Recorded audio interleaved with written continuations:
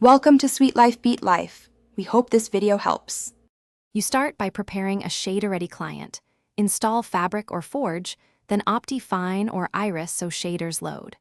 Once done, download a shader pack that explicitly lists motion blur support. Make sure you run the same Minecraft version the shader targets and allocate about 4 GB of RAM to avoid stutters. Launch the game and load a world. You'll need to confirm shaders are enabled in video settings. This gets you into the environment where motion blur options appear. You now open video settings, go to shaders, then shader options to find motion blur controls. Once there, enable motion blur and set intensity and shutter time. Higher values lengthen the blur trail, while sample count reduces artifacts but costs performance. Make sure to balance blur with FOV and target frame rate. Lower FPS exaggerates streaking, so increase sample quality if you drop frames. If available, toggle camera relative or object relative blur modes to control whether the world or the camera motion blurs.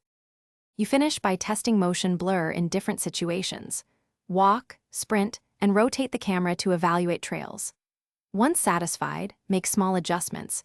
Reduce sample count or quality presets if your GPU struggles, and lower resolution scale before changing blur intensity. If the effect is missing or glitches, make sure no other mods conflict, update your graphics drivers, and use the shader version matching your Minecraft client. If problems persist, disable other visual mods and restart Minecraft to isolate the issue. Thanks for watching.